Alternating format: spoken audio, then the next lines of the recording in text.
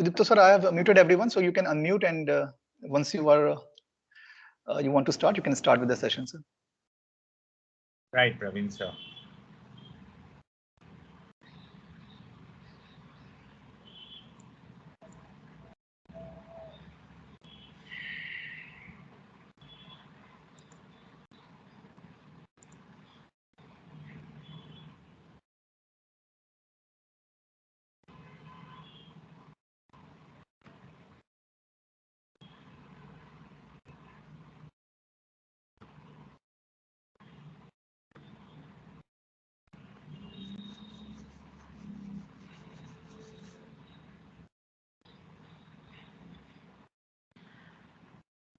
Okay, welcome back everybody.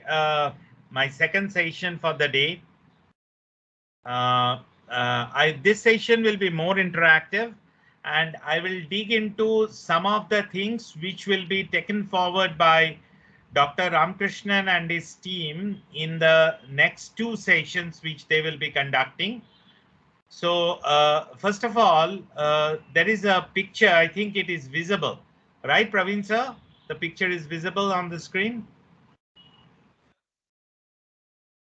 It is, sir. It is visible. Right.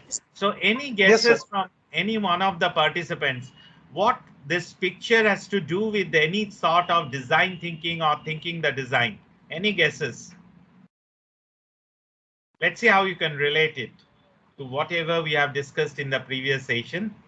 We talked about nature as a big inspiration for lot of designs, which we have now in architecture and lot of other avenues in science and in other domains.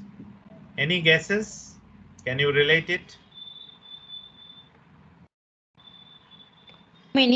So many branches from a trunk. That is, it can grow as a new plant. Yes, Amuda ma'am. I think all of us have seen banyan tree, and we know about the prop roots. So a banyan tree expands so big. So you see how nature has created the banyan tree. It has prop roots, which are auxiliary supports for all the branches, which keeps on expanding. And I am from Calcutta, and near Calcutta, there is a place called Howrah, where we have a botanical garden, which has a banyan tree, which is 700 years old, right? So that's one of the, what should I say, a tourist spot. Basically, people, botanists, and even the tourists at large, they come to see it. So people say that the original trunk is not at all identifiable. Just imagine the prop roots has become so thick. Now here in this picture, basically what we are seeing is nature has its own design to give support to what actually it requires it to be supported. So you see there are two trunks and both of them are expanding so much that on the ground they take supports in the process. So we are going to embark on another journey of design the thinking or to thinking the design. Going forward, what is a design? Can I get some feeds from all of you? We all think differently about what is a design, isn't it? So what is a design? See, it's not necessary that whatever we make through a process of designing is going to culminate as a design. So, you know, sometimes the way we approach a problem is also design, right? And a lot of us has different way of approaching the same problem, as I was discussing in the previous session. So design is something like a mindset, I told you, and design thinking definitely is. So what is a design? Can I get some feed from all of you, or at least some of you? What is design?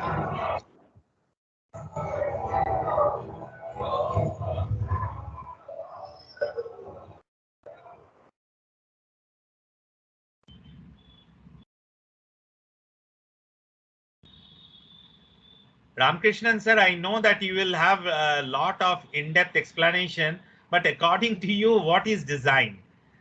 so that I can be Yes. Okay. beneficial. Yes. So, sir, the word design is very interesting. It can be used both as a noun and as a verb, right?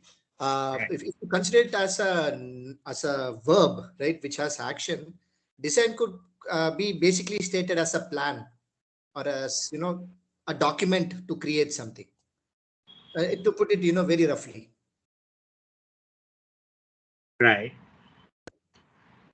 And when you put it as a noun, so definitely it is not an activity per se, but when you see something with aesthetic value, fitness of purpose, according to certain specifications to solve a problem, we say it is a good design, right? Absolutely. Absolutely. Yes. So in that case, let me talk about something which is as simple as a toothbrush. So we will come to a toothbrush which has come up in the recent times from the company Braun. But definitely what we require the toothbrush for brushing the teeth, no, in the morning. But do we know when we have to replace a toothbrush? Okay, let me ask this question very simply to people out here. How often do we replace a toothbrush, or when you get an indication that you have to replace a toothbrush? Sir, ideally the norms say that we should replace it once in 3 months. Once in 3 months, right? So in a year, you will be requiring 4 toothbrushes, right? But does it require to be replaced earlier if the teeth are different? That will depend on the design parameters, sir. Okay, that will depend on the design parameter. We know that the toothbrushes are again soft, medium, and hard also, right? Yes, sir. Yes, sir. So any other inputs? Once in 3 months is fine, but ideally any other thing comes in your mind when we understand that we have to replace a toothbrush? If it becomes hard, for example, if I've taken a soft brush and if I'm using it regularly, it becomes thickening. So with that, or the structure of that will be changing, sir. So that will indicate that we have to change. Okay, the bristles of the toothbrush, if they are coming Yeah. out or they are not again vertical and it is injuring the gums, so you do it, you start thinking of changing. Another important thing is there are users who are using it twice in a day or after every meal. So there are a lot of parameters which actually determines the usage of the toothbrush. It's what should I say? It's fitness for the purpose, and then finally we go ahead with a new one. But definitely in some of the toothbrushes, we have some indicator bristles, right? So those indicator bristles from a color, say blue, it gradually changes the color and becomes whiter. So that gives you an indication that you have to change the toothbrush. But can we do something like this, that some of the bristles of the toothbrush are thicker and they are hollow in nature, right? And the handle with which you brush, it is like a toothpaste tube. So whenever you are brushing the teeth, remember you are squeezing out the amount of paste which are there in that handle of the toothbrush and you are keeping on brushing it, right? Usually we don't share toothbrushes, right? So after squeezing out the toothpaste through the hollow bristles and other bristles as usual rubs the paste with the teeth, you clean the teeth fine. But after the toothpaste which is in the form of the handle of the toothbrush get exhausted, so you have to change the toothbrush. But usually Indians are different in mindset. Even after the Horlicks that bottle is exhausted, you keep on using that for water jug, right? So in spite of the toothbrush being exhausted, you can use the exhausted toothbrush even for using it only as a brush. But anyway, there are designs which are going to fit the purpose of the user. There are designs which are going to be verb as well as noun, as Ramakrishnan sir was telling. So let's see what design is all about. So a design can mean whatever you want it to mean to you. Very important words, whether you want to mean it as a verb or you want to mean it as a noun. And it's about communicating the feelings through visual sensations and unique experiences. Remember that when you communicate feelings of using a particular design, or you love a particular design, or it has really, make you feel good through the visual sensations you got after seeing a design and the unique experience of using a particular design, you communicate that feeling, and that creates a perception in the mind of the listener. A person who actually takes all your inputs, he or she starts having a design in his or her mind, right? So as human beings, we buy our favorite products in parts because of how they make us feel. So any good design will always give us a good feeling, a feeling of satisfaction, a feeling of delight, a feeling of fulfillment, right? And people don't just want products that work. They want those products which makes them feel happy after using them. You have that feel good factor in them.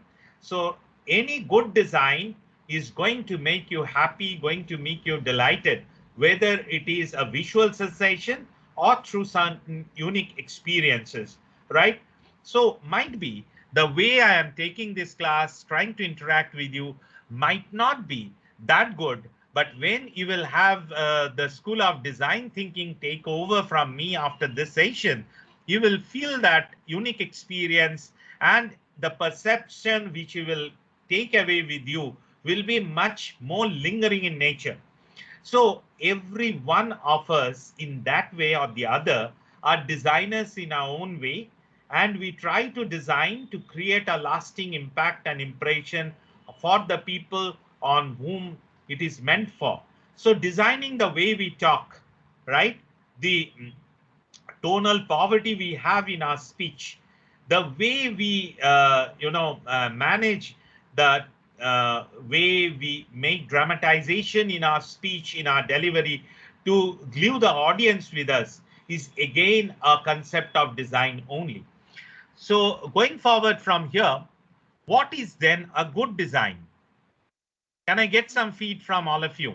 We already have talked about what is a design, what delights us, which makes us happy, but what is a good design then? So from your background of engineering educator or management educator or from other disciplines, just think about it and let me know what is your understanding of a good design. A good designed course curriculum, a university program which is well designed, right?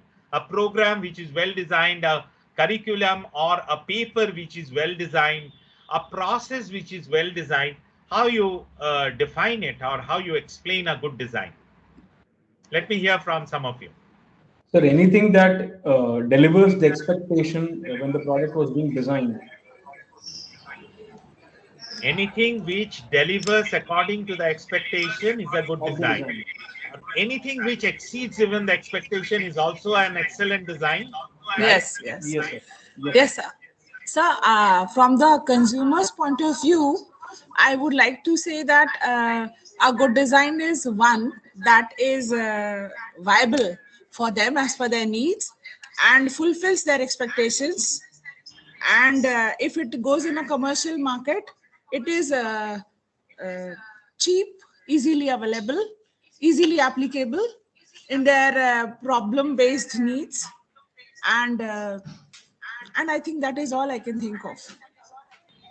Right. Okay. So when you experience a good design, you have a good feeling within you. Usually you become advocates of that good design, right? You refer it to others so that they can also share the same experience which you had, right? Usually it gives you a good customer experience, which leads to customer engagement, right? So that is also an indicator of a good design. So can I have some more views? See, we usually say that in India, we have some premium institutes, their premium programs. So what is the good design embedded in those type of premier institutes like IIM Ahmedabad or ISC Bangalore or IIT Madras? What is the so good design in those institutes, which all of us who are not from IITs and IIMs, we try to replicate them?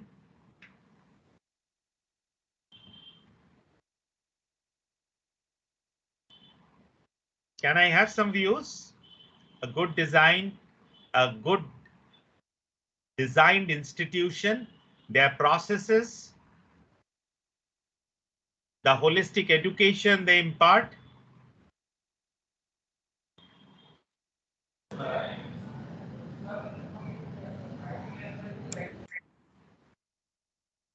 Anybody wants to participate in this discussion?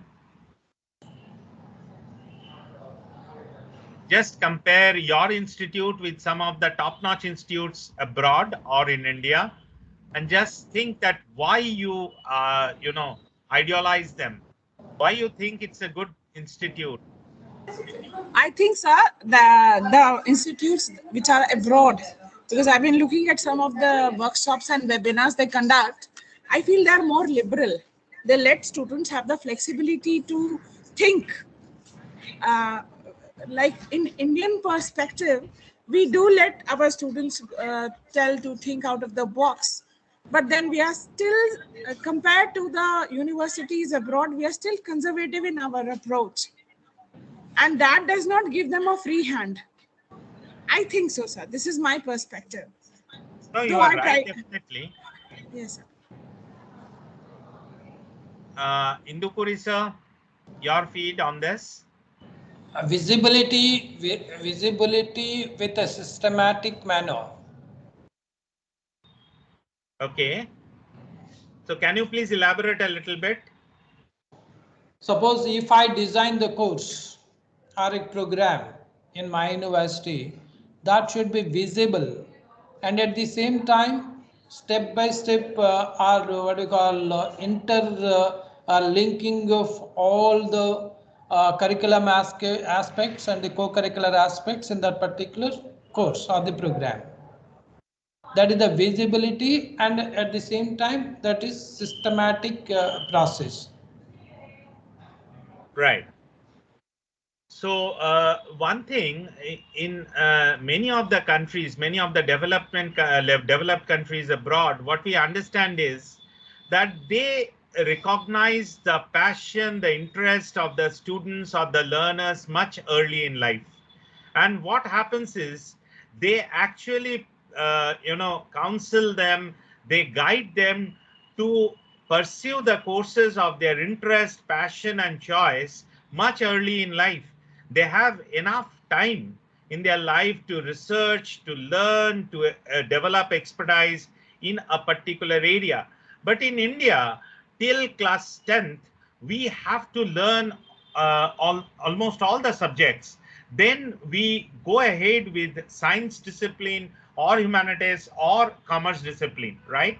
So that is something which is very unique in a lot of countries abroad, and a lot of universities actually are, exploring courses even for learners early in life, then in the middle part of their life, as we have seen that a lot of universities abroad have student-driven programs. They actually even design the courses, design the things they want to learn. And also in a lot of the universities, we have seen that flexible credit system. They will be choosing from whom they want to learn, at what time of the year they want to learn, and accordingly they will design their own timetable of learning. So those are the flexibilities of a good designed curriculum. A good institute of quality design, they actually promote all this type of things. So let me show you a small animated slide. Can you see how nature has inspired Velcro? So this is burdock plant, And the way we know that Velcro is something which we are now using in many of our products, of attaching it without chaining it, without zipping it. So the Velcro brand Hook and Loop were inspired by this burdock plant. So as in the almost at the last slide of the last session, I was talking about bio-inspired design. And I am very sure that the School of Design Thinking, when they will be talking about this, they will be talking in much greater depth and detail after this. So going from here, all of us understands this picture, right? Right. So can anybody tell me that how many iterations you have seen from your childhood on this product? What is this? What is its purpose? And how many iterations, how many changes you have seen it has undergone when you first saw this in your childhood until now?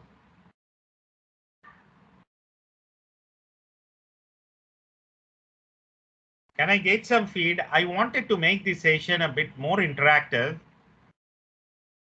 so that I also learn in the process from you.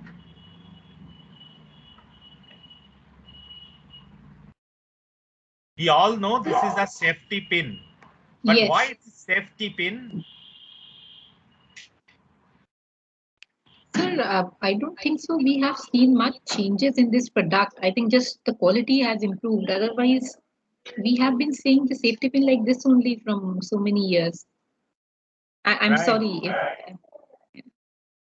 Right. So is there any specific reason, ma'am, that why the safety pin hasn't gone changes that much?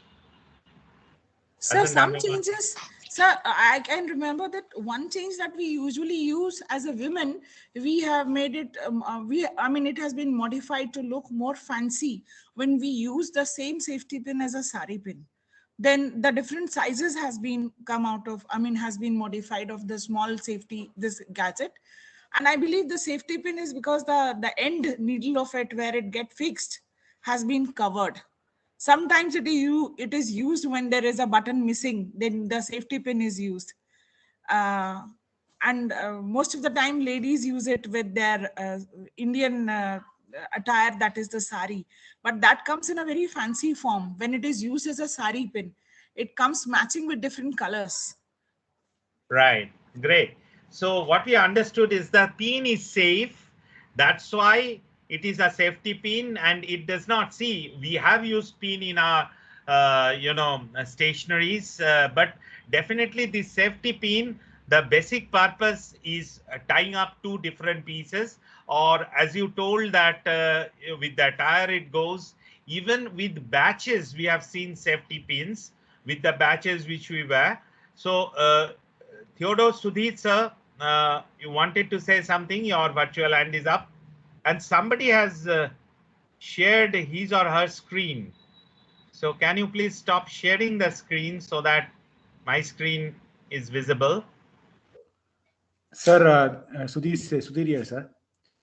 Yes, sir. Please go ahead. I wanted to tell you that safety pin, actually in engineering we say okay kind of a thing. No foolproofing is being done, so you can't do any more changes. So that is the thing that is been keeping it for the design has been lasting for a very long time. So there's no, right. It's a foolproof mechanism. Right. So Ramkrishnan, sir, what is your take on safety pin? Why it hasn't gone much changes? Is it the fitness of the purpose it has fulfilled? There are a lot of interesting elements that have actually gone into the safety pin. Primary reason, it has absolutely met its purpose. What is the purpose of a safety pin? It's basically you attach two pieces of fabric, like Madam said, Shailaja Madam said, right? It's to help to keep two parts of your sari together, right? There are different versions of it now. Sometimes you might see a safety pin as a part of a badge. You see a lot of college students wearing a smiley badge, right? On the reverse, you will see a pin there. But in essence, the purpose has not changed. The why aspect has been met. And that's fundamental, right? And I'm sure Sudipto sir will also be talking of some elements of what makes a great design. So I wouldn't want to spoil that for the audience, but I think this is the core of why the safety pin has been. Just if I may just add just one more small point. The person who invented the safety pin has also invented another very interesting machine. Can anybody guess what that machine is? Kind of similar to the safety pin.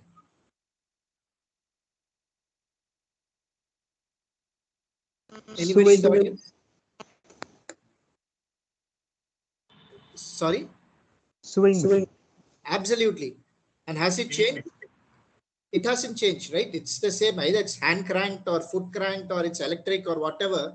But the purpose and the design is essentially the same, right? And the beauty of the sewing, the safety pin is it's like it's been designed almost 140 years, 150 years ago. Very, very long time ago. No change. So Very yes. right. So Renu ma'am, you are there. I think you wanted to contribute something. No, sir. By mistake, it happened. My hand raised. I'm so sorry. No problem, no problem. So we understood that the fitness of the purpose, the customization for which the product has been developed has stood the test of time. And we understood that safety pin is still safe in a competitive market where the variance has come in, but ultimately the purpose has remained the same. What Ramakrishnan sir also told, and also as the opinion has been held by a lot of you. So going forward, so here there's a picture of a particular product. So those of us who are taking medicines regularly, we understand that with aging, a common problem comes up. What is that problem? The problem is forgetting the medicine. And sometimes some of the medicines are to be taken once in a week, twice in a week, not all the days. So there is a company. The company is PillPack. This online pharmacy has used design thinking to design their product, their services delivered to the customer. They have created a prescription home delivery system, and they have organized medications into pre-sorted, easy to open packets, which are labeled by date and time when you have to take it. And they are delivered straight to your door. So this has become quite a successful model in a lot of countries, and it has caught the imagination of the market. So what they have done is, so 5 different prescription bottles in addition to vitamins, supplements, and over-the-counter medicine. And they are, instead of having medications in 5 different prescription bottles, what they are doing is remembering when and how often to take them. You receive them all in packets with clearly marked timestamps, and you tear open at specific times. So it is something delivered online, ordered online and delivered to you. So they actually understood the customer needs and the pain points, and they were able to design a more seamless and convenient prescription experience. Please understand, it came with the observation of the market, of the specific group of customers for whom they are marketing their products, and hinting at or hitting at the basic reason of the problem. Professor, Then there is something which is coming up. So I don't know how many of you understand the picture at the right corner. Professor, we are not able to see your screen. I mean, presentation screen. Really? Again, I have to. Something went wrong. Okay. So is my screen visible now? Yes. Yes. Yes. Right. At the right corner, at the right bottom corner, there is a particular picture. So can anybody imagine what this picture is all about? Though it's not that very clear, I have intentionally made it also like that by making it a bit transparent. So can you imagine what is it? There is a company called Velo, and this company actually is the first company which has made this wearable breast pump. So for the new moms, breast pumping is a very personal part of their motherhood, and yet it is very inconvenient at times, by which involves unwieldy tubes and bottles. So this Willow, this company, studied again the problem and gave a solution which is more humane. So what what they did, they teamed up with the researchers, designers, and engineers at Function Engineering and IDEO. They are a design thinking consulting firm, by reimagining the breast pumping exercise. What they did is they made a product which empowers mothers to be both mobile and discreet with a simple cordless pump fitting into their brassiere. So what happens is it's basically a human-centered approach. They interviewed a lot of mothers with the problem they face, with the experience, and with the empowered with the insights they had. They made 60 different prototypes. Remember, they kept on making prototypes and then started taking feedback from the users. They found that women wanted a product that felt more an accessory than only a mere mechanical device, allowing them to pump anywhere and was easy to assemble and clean. So remember, the requirement of the market were studied, observed, and how they are using it in real time and space is much more important than only designing it and making a prototype. So Willow made like the first wearable breast pump. These learnings led to the final pump design that makes breast pumping easy and convenient. Coming to the next one, we all have enjoyed this, the Uber Eats, the app which has redefined the food delivery business, right? What is so unique in this, right? So we understood they connect the people, and they understand another thing, that individuals have different food culture and they stay in an ecosystem of a particular food culture when they are engaged in a community, in a particular nation, and each and every nation have their own food culture, the likings and dislikings of food individuals have. So see, I am basically a foodie, and being in Calcutta, you do understand that it is very famous for its sweets, right? So in all the food which we take, there is always an element of sweetness in it. And there are non-vegetarian foods also which are available, and there also which is topped up with some sweet meat at the end of any sumptuous meal. So Uber Eats finally has studied again their market and found out that they are creating products which are addressing unique needs of different cities. They themselves, the designers of Uber Eats app, they immerse themselves and learn from the experiences of restaurant owners, the delivery partners, as well as the customers, right?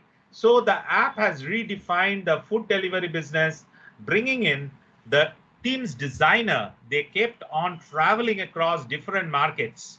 They interviewed users, observed the product out in the world, and even at times, they kept on following the delivery drivers when they are visiting the local restaurant owners, right? So lot of iterations went in it while designing their app. And finally, they made a menu of most popular items category. So understanding that the customers, wherever they are, whichever city they belong from, so there is an assorted list of most popular items, and they made accordingly their app. So through research and iterations, the app has continued to evolve over a period of time and transform the experience of food delivery. So Uber Eats is another outcome of design thinking of engaging with the customers. Coming to the other one, the last one, which I was talking about that toothbrush.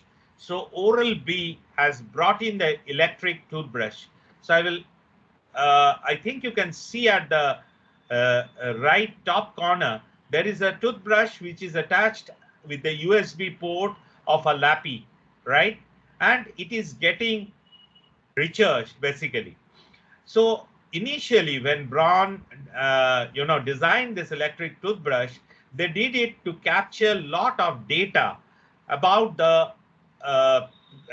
people who are brushing their teeth. So they tried to create a high-tech device that could provide a lot of in-depth data on people's brushing performance, right? But what happened is people are already stressed about their hygiene, about the way they are brushing their teeth. So later on, the team understood and they decided to include different features that better met their customer needs, developing a toothbrush that can both charge through a USB port and connect with an app to easily order new brush heads. So only the brush head can be changed. The rest portion of the brush remains the same and you can recharge it. Now, researchers found out that people are typically nervous about not brushing properly, and detailed data on their hygiene habits would increase the anxiety level, right? So what they finally did is not to capture data any further. The key insight was what people are looking was for ways to make brushing less stressful, for making it simple to charge toothbrushes and get brush heads replacements. So in that Braun toothbrush, you just hold it with the paste in it on the teeth itself, and it will keep on vibrating to brush the teeth in the way it should be brushed. Usually, we sometimes move the brush horizontally, which should not happen. It should be, moved vertically along the teeth, the way it grows from your gums, basically. So that people were looking for ways to make brushing less stressful. That was some insight which came as an outcome of the research with the users. So result is a product that removes barriers rather than making a new feature added to the product.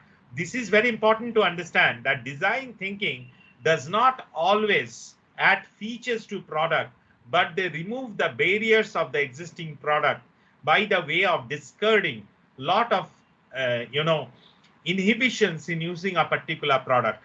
That also involves a lot of insights into the final user and rethinking about the design of the product.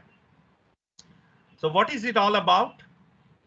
What constitutes a great design? So from the last 4 examples and also that safety pin example, what do you think constitutes a great design?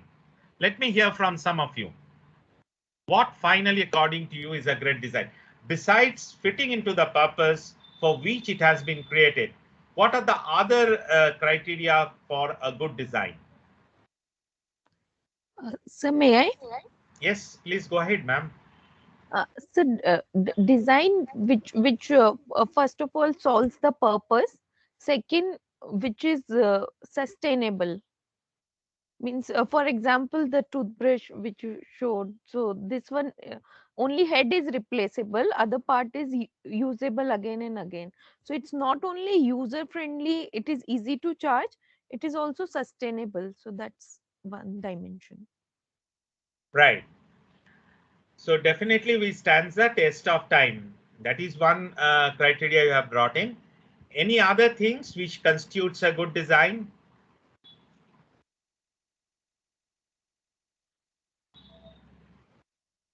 From these 4 examples, what you found out? A good design which makes the experience hassle-free.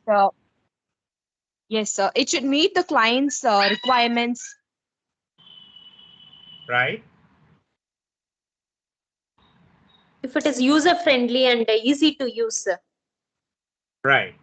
The experience of using the product has to be delightful, has to make the person who is using happier. And another important thing, sometimes you might have to eliminate certain features in the product already you have embedded, which will give them that delight factor. As in the last case of the toothbrush we saw, without adding anything new, they removed something which actually captures data about their user habit and generates further more stress, right? So it's better that you actually put technology in it so that the way the things has to be properly used is taken care by the technology itself. So that is, anybody wants to give any further inputs on what constitutes a great design? Okay, so let's see this elements of great design. I know that in the next few sessions it will be touched upon in a much better way. So any good design is very simple to operate. Please understand this thing. And once you see a particular design, you will be awed by its simplicity, but actually satisfying all the purpose for which it is built up. It gives you an experience which you can carry forward with you. The lingering effect of that experience, which you can share with others, right? That makes you feel good, frictionless. So there should not be much problem in utilizing those designs and getting the best out of those products which are well designed. It should be efficient, that which I told that it fits the purpose for which it has been made. It is customized for the person for which it is made for, or the group of people which is made for, and it should be efficient in delivering the value which it is made for. It reduces complexity. Anything which is too complex to use at times will create more problem for the user. So it becomes something which is like that wicket problem. In the previous session, we were talking about the wicket problem, which is multidimensional in nature, which is complex. But whenever you try to solve that problem, any great design will reduce the complexity in that problem. And above all, it will question a lot of assumptions. Here, I will give you an example. What we assume when you go into a restaurant, then I will ask you, or then we will discuss on how we can extend, we can extrapolate all those assumptions and make a better product or a better service.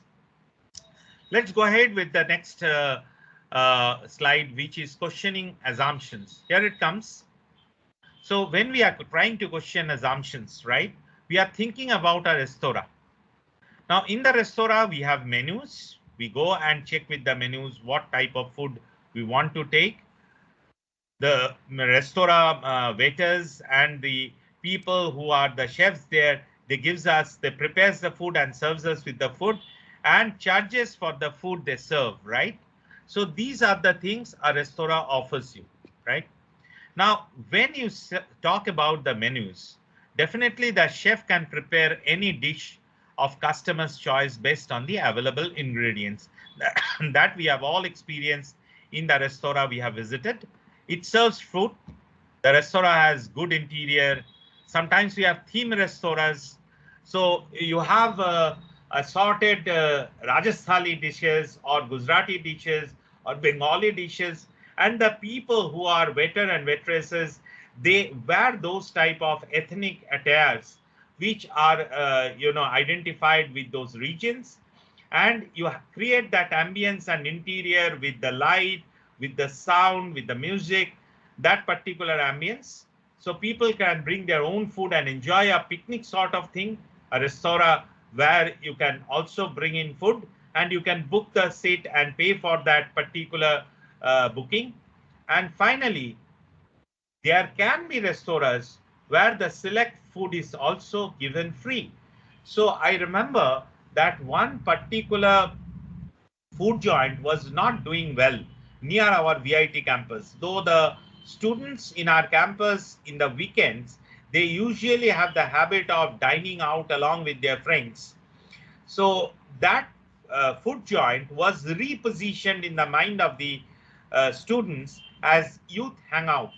So in that youth hangout, they used to celebrate birthdays of the students and used to give the cake free to the birthday boy for cutting, and rest of the food used to come at a price. They also, on the day of IPL matches or on European Premier League matches, they used to have a special screening of those matches. They used to have a small reading corner at one corner of that food joint. So it was transformed into a youth hangout. So now let us just work on certain things. So what are your assumptions now for a hotel? So can you redesign a hotel? So what the hotel is for, why you check in into a hotel, and what more you can think by challenging your assumptions and think about the hotel for many other purposes. A lot of you have experienced that. So let's begin with a hotel now. How you can think of the design of services which a hotel can offer you. May I hear from some of you?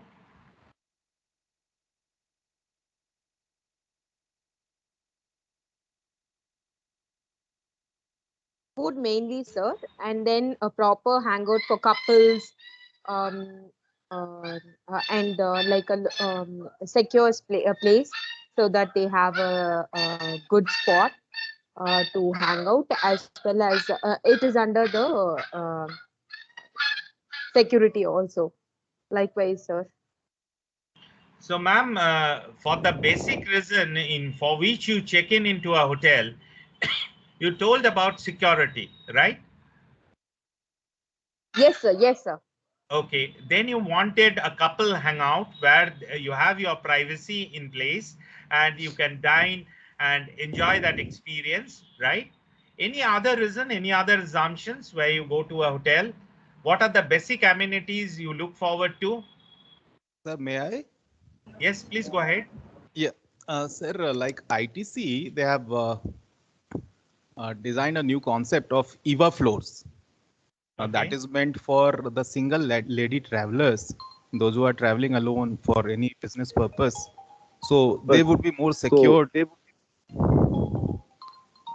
and they won't have any security threat. Right. So the entire floor is meant for the single lady travelers. That is called EVA floors. Great. Any other reason why you check in into a hotel? You require the lodging, you require the food, you require safety and security, you require that privacy. Beyond that, there are business travelers who might be requiring a conferencing facility, right?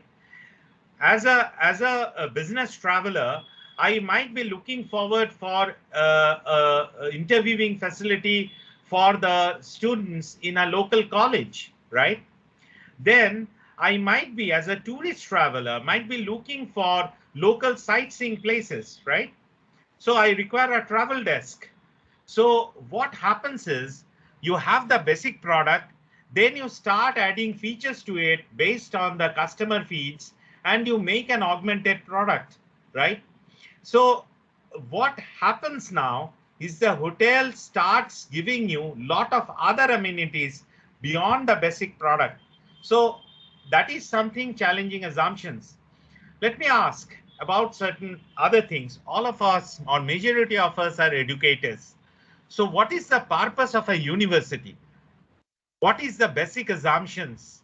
If you are questioning your assumption, what an university stands for, what is the basic assumptions you have in your mind? What the university is for? I think a lot of you will give me this answer. Please go ahead, and what more you can add to design a better university. Go ahead, please. Is it degree awarding institution? University stands for a degree awarding institution. Right. Sir, What as hub more? of research and incubation.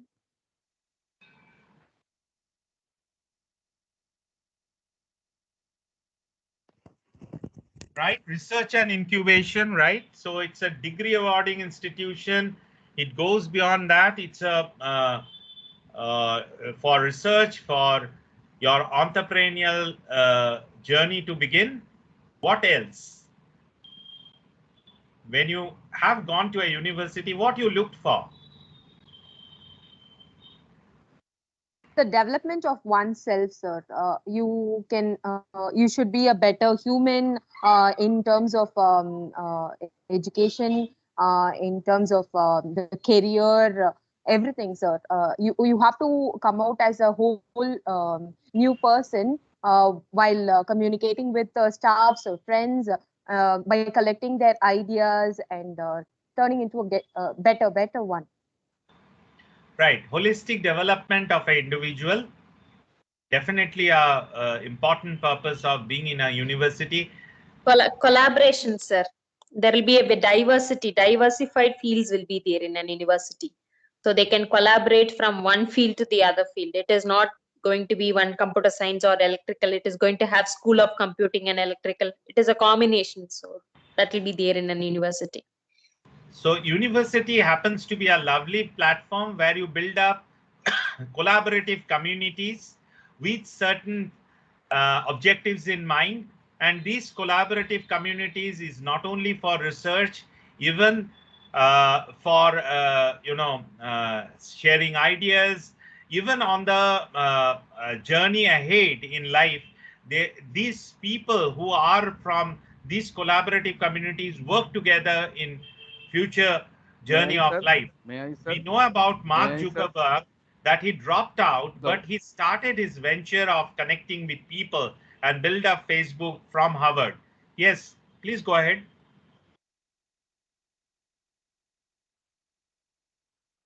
Please go ahead. I heard somebody wanted to contribute. Sir, in brief, university, unification of versatility, in brief, everything probably included inside these two words. Thank you. Yes, very good. So it's a unification of a lot of things which you told about is unification, and ultimately this unification can be truncated down to collaboration, then diversity of courses that are offered. So we understood that present day we have found that there are some universities who initially started as a technological university has increased their domain to other branches and has purely come out as a true university with many disciplines and many domains for offering their degrees, their platform for research. So beyond that, the campus experience, the cross-cultural benefits which you gain from a university where people from different culture comes, you learn language, you learn about the ways of living of other countries. That is something you gain out of that. Then in universities also you have a self-sustaining model working, right? So as far as our VIT University Vellore campus is concerned, we have agriculture school there, and during pandemics, it was really tough. So those of us who are inside the campus, we used to get the farm outputs, those which were cultivated in the firms where the students used to do practical. Okay, for the farming used to continue and we used to get our food from there. Then there are small windmills in the campus. So from where there is a generation of power also. We have water treatment plant because Vellore was at one point of time very famous for iron rich water. So we had a water treatment plant also. So what happens is a university gives you a experience of lifetime where you build collaborative communities, you experience culture from other countries, other regions, right? And it helps you to open yourself up. As a lot of educators here were talking about the experience of lifetime, which makes you a more holistic as far as your, orientation of life is concerned. So that is something we were talking about of challenging assumptions, questioning assumptions, and moving forward from a basic product, a basic process to something at augmented level. Now, what is basically then coming to the point of design thinking? So I have 4 points, and definitely this will be further more elaborated through exercises by Ramakrishnan sir and his teammates who are going to follow up after the session, it has to be human-centered. It has to solve the human problems. It has to be human-friendly, so to say. And next comes, it should be future-focused. It should be sustainable. It should stand the test of time, the onslaught of time, and it should look to the future and foresee a lot of problems which are not now in the horizon but might come up in the horizon, and accordingly design their products and services accordingly. It has to create a value for the customer. That is something called, we say, CLV, creating lifetime value for the customer, where the customer remains engaged with your product. And very important thing is it should be dynamic in nature. So with the changes in the pestle environment, we say, the political, the economic, the social, the technological, the regulatory or the legal, and finally the ecological or the environmental factors, the way we think for solving a particular problem goes for a change with time. So the way we looked at cleaning our houses at one point of time with broomsticks has now gone into vacuum cleaners, right? Might be something new will be coming up in due course of time, which will be forcing the problems which are going to come up in time to come. So in this session, at the last, I will talk about certain United Nations Sustainable Development Goals and ask you to foresee certain problems or the present day problem and think about solution. That will be an exercise which we'll be doing. But I will touch over on certain things now, how traditional thinking and design thinking are different. In traditional thinking, we ask for the right answer, right? We do more amount of talking to explain what we are trying to ask and what type of answers we are wanting to get. Then we are more data driven in traditional thinking. We dig into data and we start thinking in the premises of that data which we got. It is sometimes triggered by certain events, how the things happened in a particular situation. And finally, we start talking about facts. That is the gamut of traditional thinking. But when we shift from traditional thinking to design thinking, we talk more about what is the right question. I told you that you have to empathize with your customer and define the problem. So that is the first two steps in design thinking, right? So our problem statement has to be correct. Are we asking the correct question so that we can solve the problem in the way it is going to be accepted by the people who are facing it? Next is, it's not talking anymore. It's more observation, more listening, more giving space to the user to voice his opinion or her opinion. Next is, it's not data. It is more to do with human stories of life, of a situation where he has engaged with a particular product and what experience he got out of using it. So it's not about events anymore. It is more about the stories and the experiences. And it is no longer talking about facts, but talking about feelings. So you understood that there is a paradigm shift from traditional thinking to design thinking when we ask the right question, listening, observing more the users, asking them about their stories, their experiences, and talks more about the feeling. So there is a shift in the thinking process from traditional to design thinking. Now there are 3 laws of design thinking, and I think elaboration will come up in the next sessions also, that in case of design thinking, we say less is always more. So anything which is optimal, which is more simplified, is something which is more, designly, so to say. Then last 2% equals to the 200%. So when you are miniaturizing something, when less is more, you are gaining more value from something which is miniaturized. Now you see, if you see the way business has developed over a period of time, World War II, Fat man and little boy, these two atom bombs were dropped in Hiroshima and Nagasaki. Remember? And then what happens? Japan was reduced to ashes. Then mutations started. 2-3 generations got affected by this nuclear bomb. Now what happened? Japan rose from there. But if you see, Japan is a waterlogged island nation. Whenever they tried to design the way they used to do business, they went ahead with miniaturization. If you see United States of America, you see their products, they were huge in dimension. But what happened is the Japanese mastered the art of miniaturization, integrated circuitry, and they made all the products in very miniature formats. Even the watch also had a small television screen in it, right? So we found that there were, small cars which came in the market.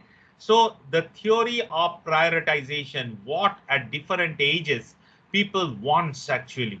So again, attaching with the market, and whenever you are thinking about designing a particular product, the theory of prioritization comes in.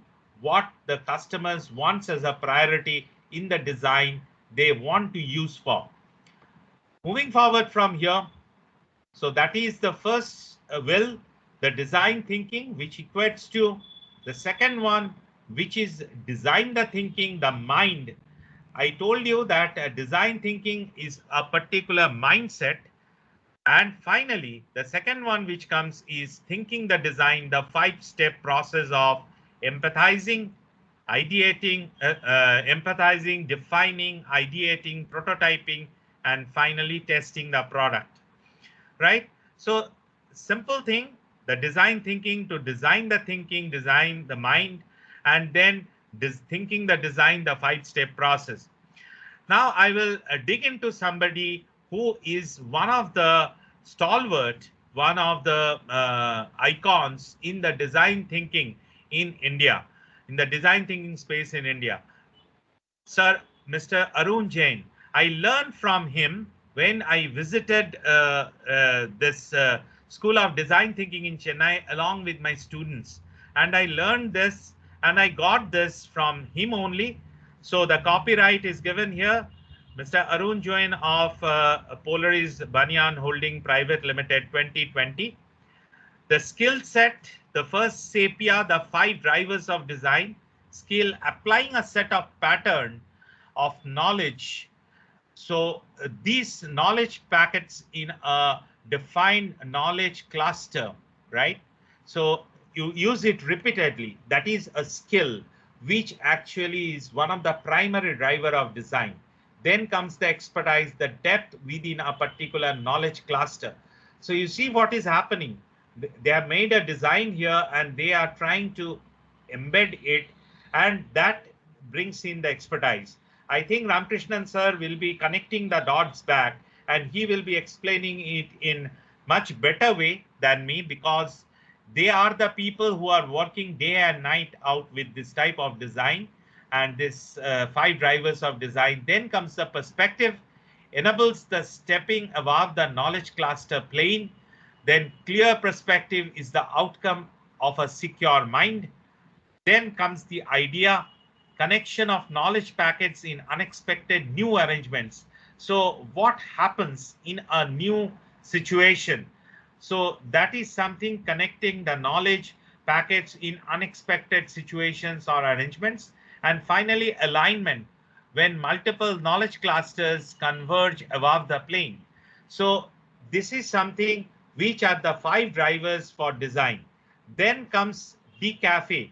These are the frictional forces which actually will make a lot of ambiguous situation for you to implement all those SAPIA into this, the drivers, finally to implement the drivers. So the 5 frictional forces are doubt, conflict, anger, fear, and ego. So a doubt should lead to approval, to be certain about something, to be undecided in opinion or belief. So there are certain questions which requires to be answered. Have I taken the right decision? Do I have the right tools with me or the right knowledge to take this on? Is my plan true, or is my plan thorough? Is there a better way of doing this? So these are the doubtful questions you have in your mind. When you have an answer to this, it comes to approval stage. Then there is a stage called conflict, another frictional force. Conflict, difference of opinion, difference of perspective, difference of expectation. There you require to have dialogue. Dialogue with the end user who is going to finally use the product and give you their perspective. Then comes the anger. He who angers you conquers you, remember. So in a situation of conflict, we know that if you become angry with somebody's opinion, so that person will have a dominant situation, a dominating situation over you. So never allow that to happen.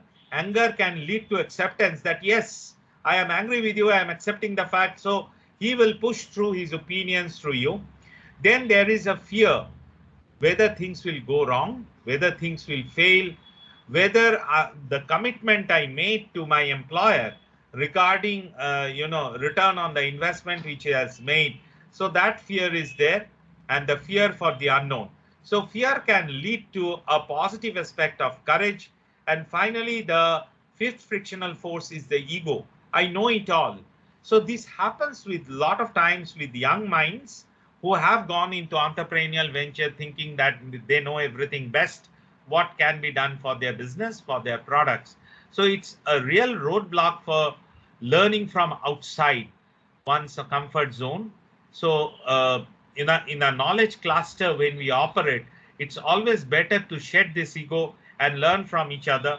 As we spoke in the previous situations, that we talk about working in community culture, where we share our ideas and we try to buy in and buy out other ideas and work towards a consensual idea which will solve the problem.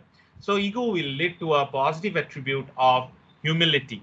So DCAFE, the 5 frictional force, which is an acronym DCAFE, right? And finally, the valve, the 3 capacity levers. So we talked about the VUCA world, remember. So it's a volatile world, it's an uncertain world, it's an ambiguous world, and it is also a confusing world. So when we are operating in a VUCA world, we are vulnerable to a lot of situations. So you have to have that leap in faith of your thinking, the 10 times leap. So 10x thinking, then there is appreciation, which actually increases your capacity. When you are appreciated by the users, appreciated by your team members about a particular association which you build up, a particular design you build up, it makes a 10 times capacity build up within yourself. And finally, limiting beliefs, right? So that also enhance your capability when you are limiting your beliefs. And you come to the stage, as Ramkrishnan sir was telling in the previous session, that you come at the age of your knowledge, which limits yourself. And then you try to stretch yourself, build up on your limiting beliefs and augment your knowledge, your wisdom, your thought processes furthermore. So that enhances your capacity too. So that is something which I learned from Arun Jain sir, who has masterminded all these concepts. Coming forward, before I move to this, I'll show you 2 more videos. Just I'm unsharing it.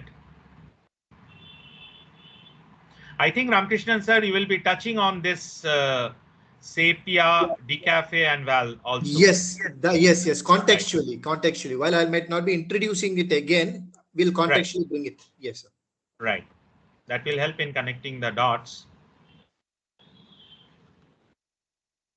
I'll just play 2 videos and then I will come to this United Nations Sustainable Development Goals.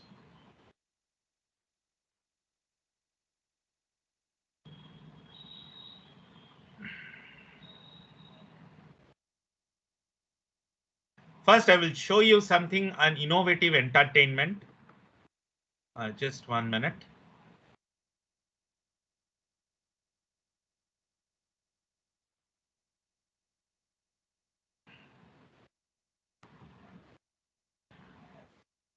Participants, you have to give me a feedback whether you can see the video or not.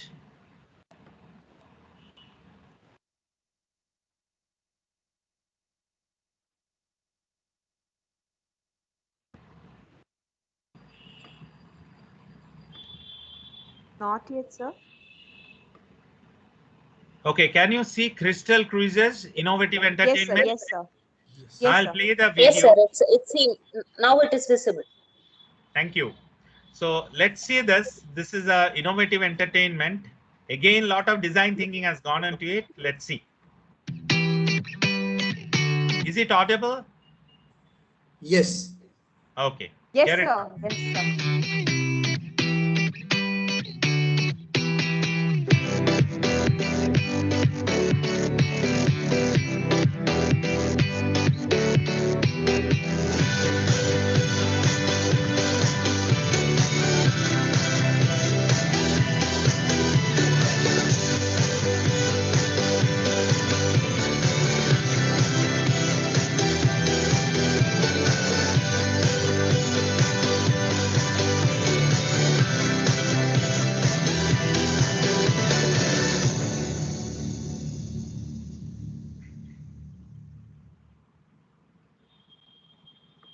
got this yesterday when I was doing a little bit of research and found it to be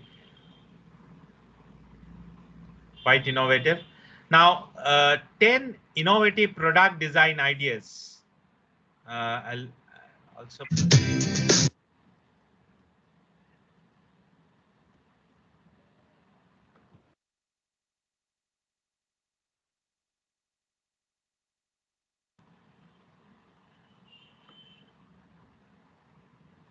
Okay, is the slide visible? Is the frame visible? Yes, sir. 10 innovative product design ideas. Is it audible? Yes, sir. Okay, so let's see this 10 innovative product design. And there are a lot of designs which are bio-inspired too.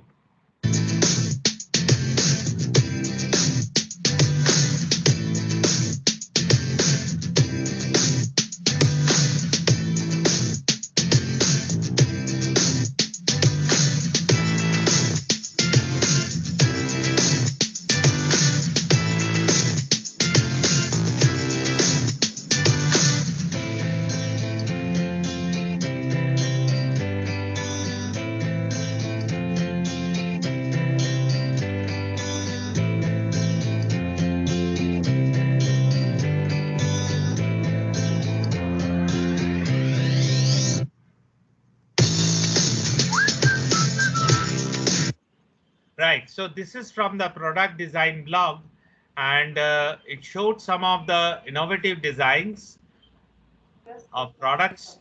Finally,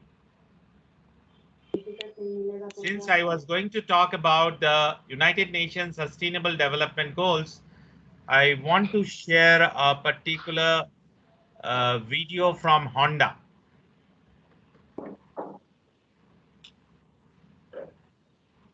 Let's see.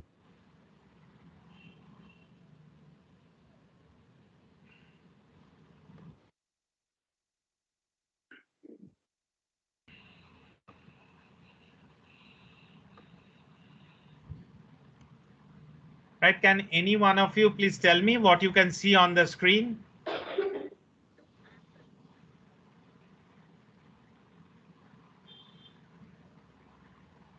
Can anybody please tell me what you can see on the screen? Two palms, sir. Two hands, okay. Right, here it comes. See what curiosity can do. Can you hear the sound? Yes. Yes, sir. Let's see what curiosity can do. This is a video from Honda. Hear this.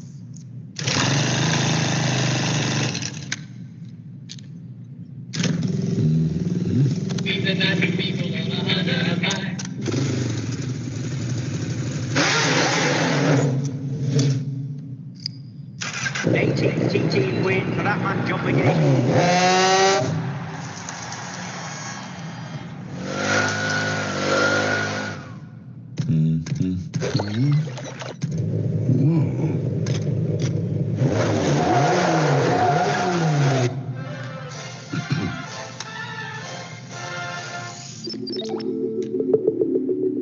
Today's forecast, we should reach a high of 32.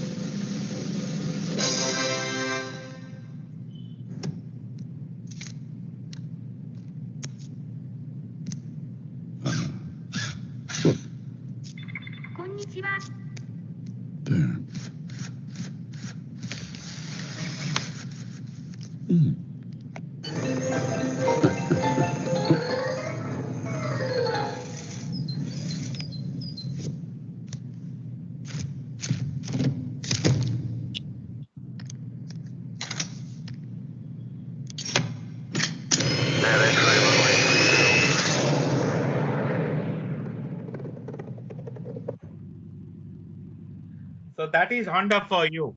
Now, let me have a brief discussion on what are the things they actually showed here.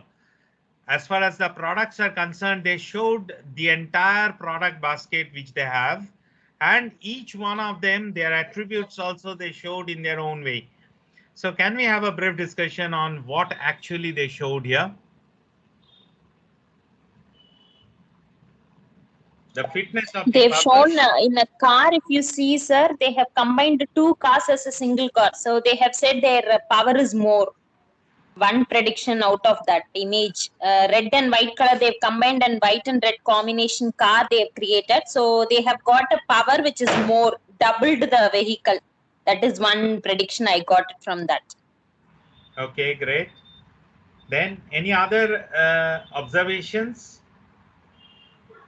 Sir, they had shown that the cars are very clean, good for the environment. Clean Sir, for clean car. Sir, come again, Good sir. for the environment. So the car is clean, sir. It emits clean energy. It's good for the energy. They actually squeeze some water and they drank it. So they're saying the car is clean. Right, the clean energy, the clean fuel, right, which does not create that much amount of carbon emission, and they squeezed out the oil and even drank it, so it is so pure. Then what else?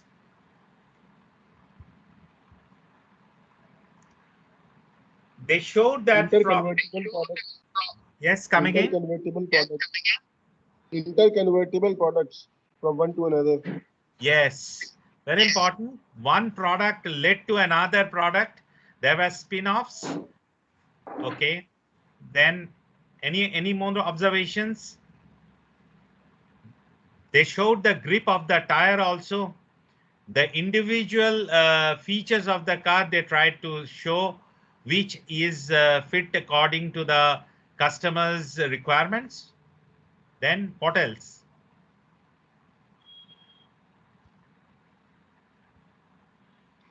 Okay. So the design of the bike. Design of the Bikes, the two-wheelers. Okay. Is quite attractive and easy to ride also, with all the features available in that single bike. Right. Okay. So let us see this United Nations Sustainable Development Goals. So I'll keep the slide for sometimes for you. So if you see this, there are 17 Sustainable Development Goals which United Nations have developed from the Millennium Development Goals which they had, the 6P. So Ban Ki-moon during his time and tenure, after a lot of discussions and developing consensus, told that the major issues in front of today's world, So reducing the poverty, zero hunger, these are the goals which has to be achieved within 2050. So good health and well-being, the inclusivity for healthcare benefits, quality education, the equality between all the genders, clean water and sanitation. Then we talked about the affordable and clean energy, decent work and economic growth. So all the different types of work people do, they get their due recognition and respect. Industry, innovation and infrastructure. What is responsible consumption and production? Then in India, recently we had the smart city projects, the sustainable city and communities, reduction of inequalities among communities. There should not be any discrimination based on caste, creed, or religion or faith. Then climate action, we are hearing it for quite some time. So what type of ecology protective action we should take? Life below water, how you can save life below water, saving life on land. I will come to this 14th and 15th sustainable development goals of a project, which I, along with my team of transdisciplinary experts, are working in VIT. Peace, justice, and strong institutions, and finally partnership for the goals. So can somebody or a few of you can tell me about some problems which you see in these few areas, and can we start picking up one or two problems and start designing solution as a small activity now? Any particular sustainable development goal you can pick up, and you can tell that what are the problems we face. We understand. Yes, go ahead, ma'am. Sir, for SDG 4 quality education, there are several constraints. For an example, cost constraint. A lot of students cannot afford to enroll for education beyond primary if it is not free. Then there is linguistic barrier. So a lot of education is provided only in, for example, in India, a lot of good quality education is provided in English language, and language becomes barrier there. Then there is also problem of digital divides, and now when education is shifting to online medium, so there are haves and have nots. So these situations are creating problem of hindrances. They are creating hindrances. So it is these, if these three things like cost, language, and digital divide problem can be solved, then lot of quality education can be provided to much more masses. Right. So you have hit on a very particular problem, which is India specific. It's not only India specific, but there are a lot of countries which have this digital divide, and lot of higher education is not offered in vernacular medium, but it is offered in a foreign language, English. Though now extensive use of English has reduced it not a foreign language, but it has become a part and parcel of our life. So when we travel from East India, West India, and North India down to South India, English becomes our medium of communication, right? And even when the South Indians, they travel up there, so English becomes their way of communicating with us. Okay, so you talked about education. Anybody else talking about any other particular area where there are issues? Ma'am touched upon, Renu ma'am touched upon quality education. Sir, one more point. Health. Please go ahead. Health and well-being. Good health and well-being. Okay, so what is the problem you are hinting at here? Good health and well-being. Affordable health is required. Affordable health services, healthcare. Right.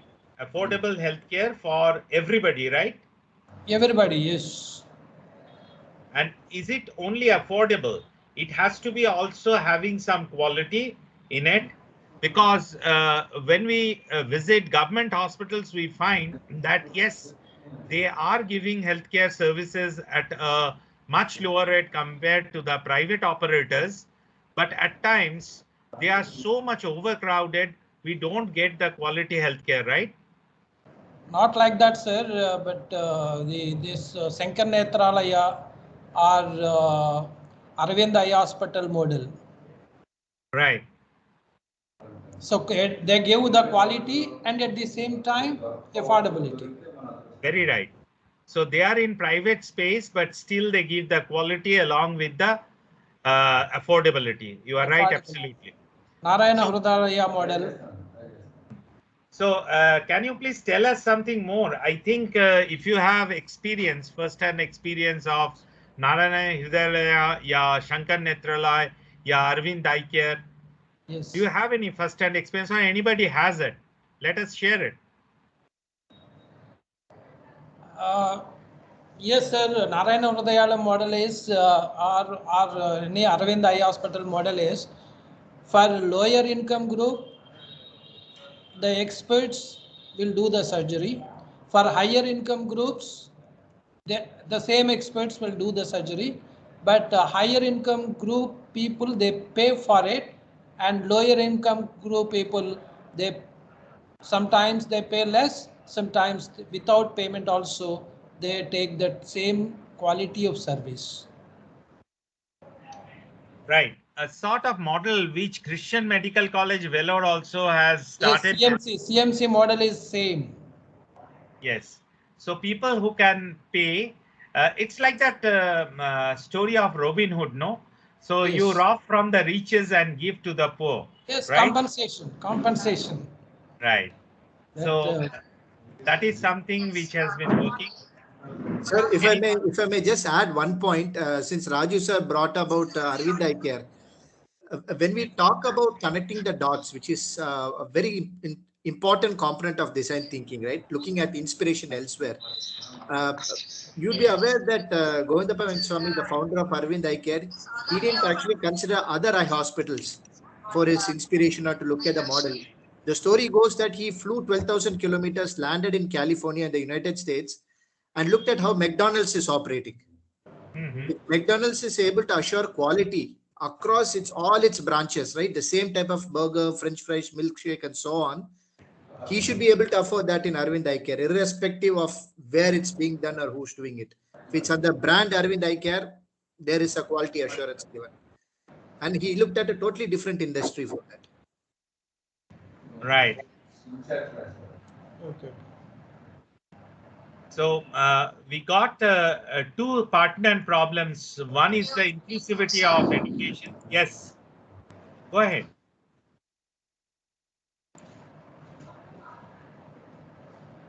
I would like to add up on life below water, sir. So shall I go ahead? Yes, please go ahead, ma'am. Yes, sir. The main problem. Yes, madam, we have gone through the PPT, but I didn't understand the last slides. Whatever director sir has shared, that I think from the. Hello. Sir. Sir, I have muted all the participants. You can again unmute yourself, sir. I think. Yes. One ma'am Yes, was please. talking actually. I think it's Yes, madam. ma'am talking. Yes, go ahead, ma'am. Life below on water, sir. Shall I proceed, sir? Yes, go ahead. Yes, sir. Yes, sir. The main problem in seas or anywhere on land, we find the plastics play a major role as it is not biodegradable. So, if the biscuits or any other plastic cover, the food we are eating through packets or something, that can be made into a edible one, which when or a soluble one which is thrown into water also can be soluble in water. So likewise, biodegradable covers can be made up instead of plastic covers. So when thrown into the water or into the sea, it can be consumable by the fish or the small animals which are lying inside the water and on the land as well. And it will not be a problem for the people who are working on the bringe of the water. Like they don't need to pick up the plastic covers and throw it. And it's going to be dumped in the yards in the city. And it's not going to be degradable as well. So why not we think a solution where the plastic covers or the packets inside like Lays, milk bikis, whatever we are consuming inside can be wrapped with a soluble one or a edible one. Right. Great. So already when we were kids, no, we were taking bar ice creams or even from cups. Now when we take a cornetto, it comes in a cone which is edible. And nowadays we get plates also on which we take our food, which is edible also. So a lot of, biodegradable, edible things are up in the horizon. And I'll be talking about the project after some time, but let me hear some more problems based on this sustainable development goals. So I think there is certain pertinent problems related to gender equality and reduced inequalities. So there are a lot of discrimination in our society which has given rise to a lot of problems, and also to some extent gender equality and gender discrimination also are there. So recently we know about this LGBT community and the rules which has been passed to mainstream them into our society and give them a lot of freedom of choice, right? So any more problems you foresee? Sir, clean water and sanitization. Yes. Yeah, because if it is a rainy season, getting clean water or getting free clean water is a great question mark in all over the area in our country, if you say particularly. And I think this will be a problem for all, because there are situations where when it is a rainy season, our drinking water is being contaminated, and there are so many dust particles are being added. So that is one issue which has to be solved. There are problems related to that where we have to find a solution. We are getting canned water sometimes, and we are not sure whether the canned water is a clean water or not. It is a question mark. Very right, very right. Right. So being from Vellore, I am very conscious about the quality of water we get. And at one point of time, Vellore was a very, very dry region where you have to dig 20 feet, 25 feet below the ground to get the water level. So nowadays we are getting a lot of rains, and that point of time 10 years back when I came to Vellore, we understood that there are a lot of scaling happening in the water pipes, and there were a lot of choking of the water pipes due to the the iron rich water. In some parts of West Bengal and in Northeast also, there are places which have arsenic in water. And due to this, there are blisters on the skin of the people who are using it. At one point of time, I understood during those, Yash and cyclones which happened, saline water was everywhere in the coastal area, and there were nothing to drink at that point of time. Even Tamil Nadu and Karnataka, they had this fight over water, the Kaveri water. And at one point of time, lot of districts of Tamil Nadu faced problems of irrigation, right? So I think, Ramakrishnan sir, there were a lot of desalination plant which came up along the coastal lines of Tamil Nadu, right, sir? Yes, there was talk about it. Some were set up, but then they found out that desalination plants also create some problems, especially by increasing the salinity along the coastal strip. So yes, there are thoughts on that, but that did not prove to be sustainable. Right, right. I remember once, going through that ECR road. So I saw some of the huge, what should I say? Lump of salt being kept there. Yes. But A place called Marakanam on the way to Pondicherry. yes, on the way to Pondicherry, right? Correct. Okay.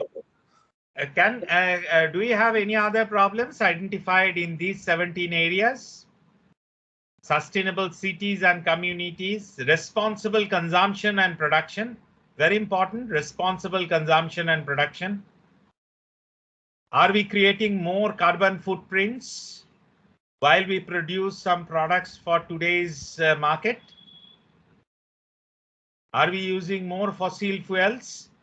Is it one of the reasons why Tesla is going to have a huge market within some more years time frame? We are getting more battery driven cars.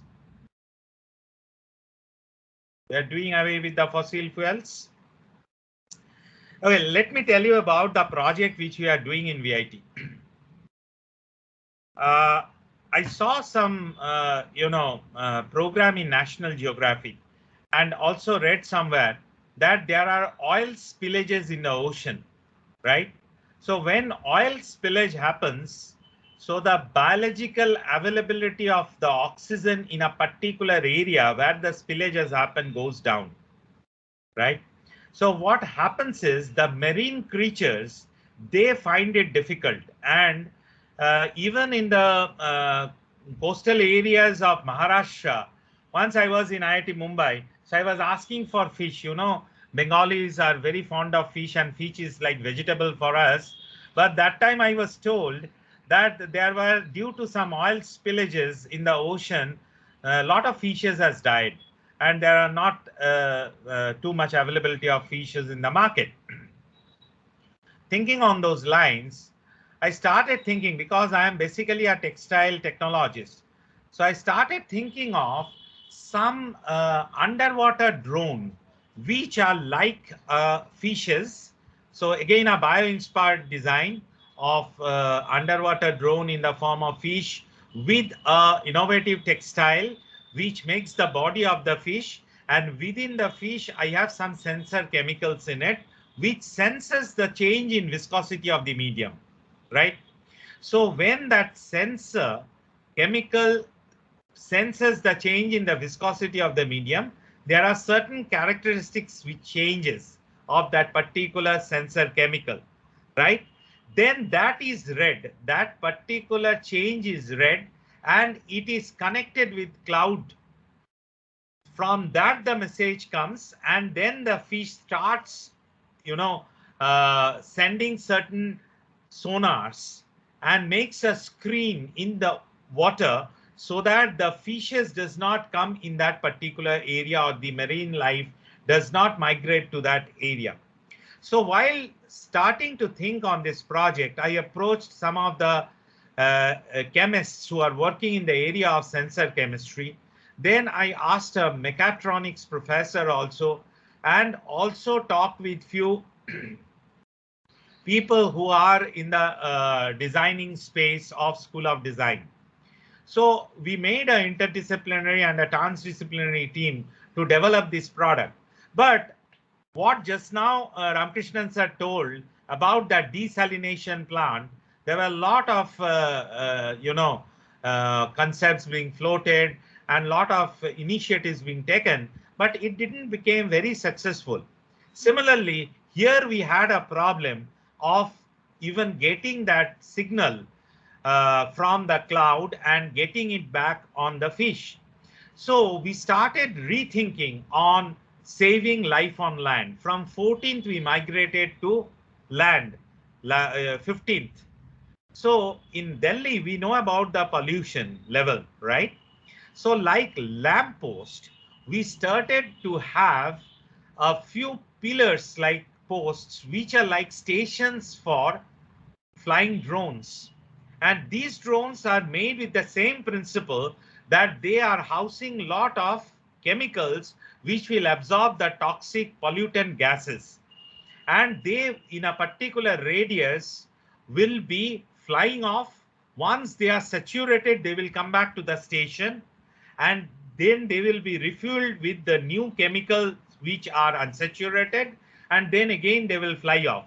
So there will be multiple posts like that, which will be acting like stations for drones, the flying drones, and they will in a particular area try to absorb the polluting gases. We understand that gases actually are fluids in motion.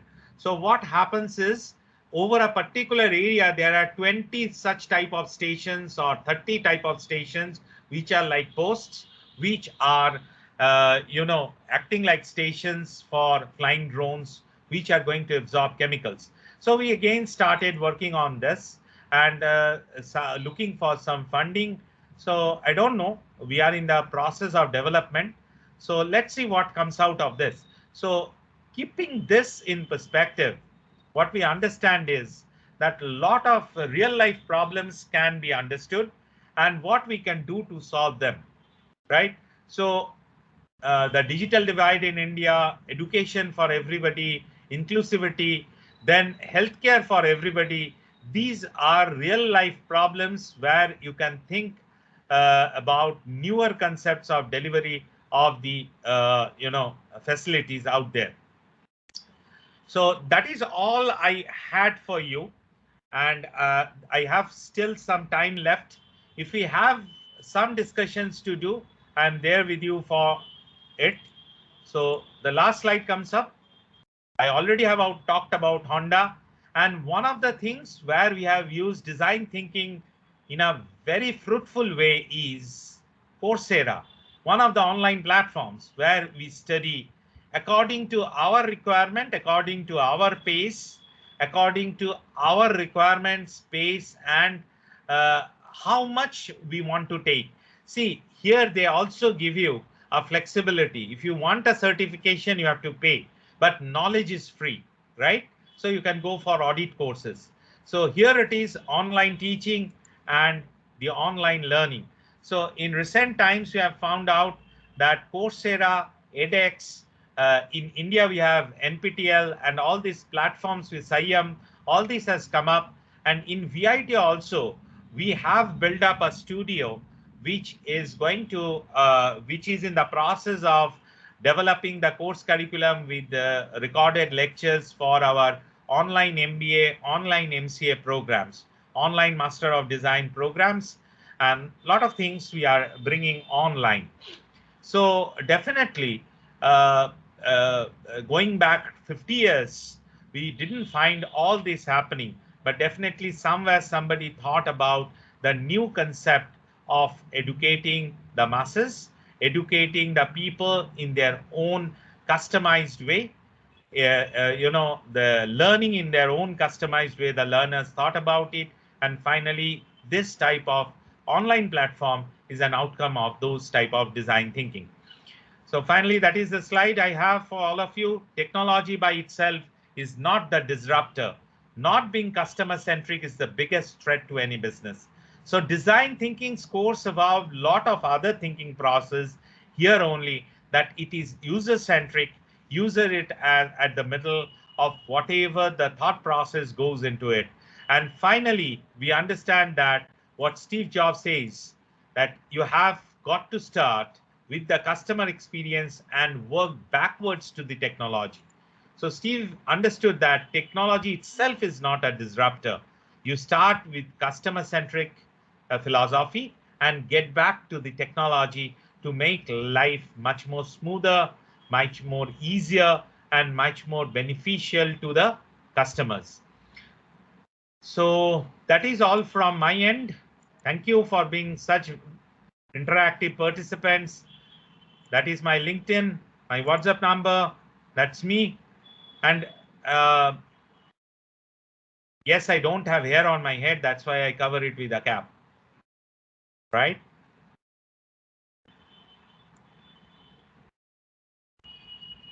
That's for all of you. Praveen, sir. Sir, thank you, sir. That was a wonderful session. And I'm sure the participant must have enjoyed it. And in between, the participant was sending me a message that they wanted to have this PowerPoint presentation and videos which you have shown to them. So on your behalf, I have promised them that you will be providing it to us and we shall be sharing it with them, sir. Okay, that's fine. Right, sir. So, And I think more wonders are coming up post lunch session. So, sir, yes. From School of Design Thinking, the experts are there. Yes, I'm only Dr. a Rama. learner. I learned once from a lot of other sources and tried to put it in this context. There is a new MDP which we are starting to offer in series Design Thinking for Industry 4.0. So incorporating a lot of things which today's industry demands. Right, sir. Right. Now I will request Vaishali to give vote of thanks to Sudipto sir, so that we can formally end the session. Yes, sir. Sorry, just Vaishali, before you just begin. Ramkrishnan sir, it's always an honor to hear from you. So you can tell me my lacuna, or you can even post me my lacuna. We are connected in WhatsApp, I think. I think you have given a brilliant introduction to design thinking. Comprehensive yet succinct. The last 2%, right? You have done that. It's very good. And actually, I can see you adapting that less is more law. Because design thinking is humongous. There are so many things that you can bring in, but putting it contextually for our audience, I mean, I think it's a wonderful job, sir. And frankly, to be very honest, you have made my job much more easier, because from this introduction, I'm going to now deep dive to make it a little more contextual by introducing some tools to our audience. And that's what we'll be taking forward in the next 4 sessions from the School of Design Thinking. Great. So it is always easier, and it is always fruitful to ask a person like his stature on an open forum, how was the session? So he will never do anything which is anyway. Thank you, Ramkrishnan sir. Thank you, Praveen sir. So over to Vaishali. Thank you, sir. Yes, Vaishali, please. Yes, sir. Thank you, sir, for investing your precious time and enlightening all the participants present here. I am sure the knowledge that everyone have imbibed from your words will surely be helpful in their future career growth. Approaching the closure of the session, I would like to thank all the participants who made this event worth the while their efforts and presence. Have a good day and thank you, everyone. Thank you. Thank you, Vaishali. Thank you, sir. Thank you, sir. Thank you. Thank you, all the participants. We will meet again at 3 p.m. when we will have Dr. Ramakrishnan, and we are going to listen to his session. Thank you, sir. And see you. Madam Thank you, Dr. Bhattacharya. Praveen, it's 2 p.m., right? Not 3. No, madam, 3 to 5 we have the session. 5. Okay, yeah. Okay, right. It's 3. So I was also trying to recall. Thank you so much. Shraddha Shivani ma'am, thank you. Thank you for the honor and privilege. Okay, yeah. So we'll meet at 3 now. 3 p.m. right? Okay. Okay, madam. Praveen sir. Sir. So attendance automatically downloaded from Microsoft Teams. Is it? So video we can automatically download. Okay. Did you send any Google form? Actually, you told me that we'll send the Google form. So yes, in the third session, we are going to send the Google form for attendance. However, we are downloading the attendance on a session by session basis from Microsoft Teams also. Okay, thank you. Thank you, sir. Right? Thank you. So 3 p.m. So 3 p.m. Sir, 3 p.m. 3 p.m. Yes. Thank you. Sir, attendance link has been sent. No, in the third session, we are going to send it. Okay, thank you. It's required to be taken once every day as per Atal's guidelines. Okay, but from Teams, we are downloading in every session. Okay, at any point in time, yeah, we means for the first session, no question of worry. Okay, thank you. No questions of worry. We are downloading the attendance. Thank you. Thank you, sir. So I'm ending the session. Thank you, everyone.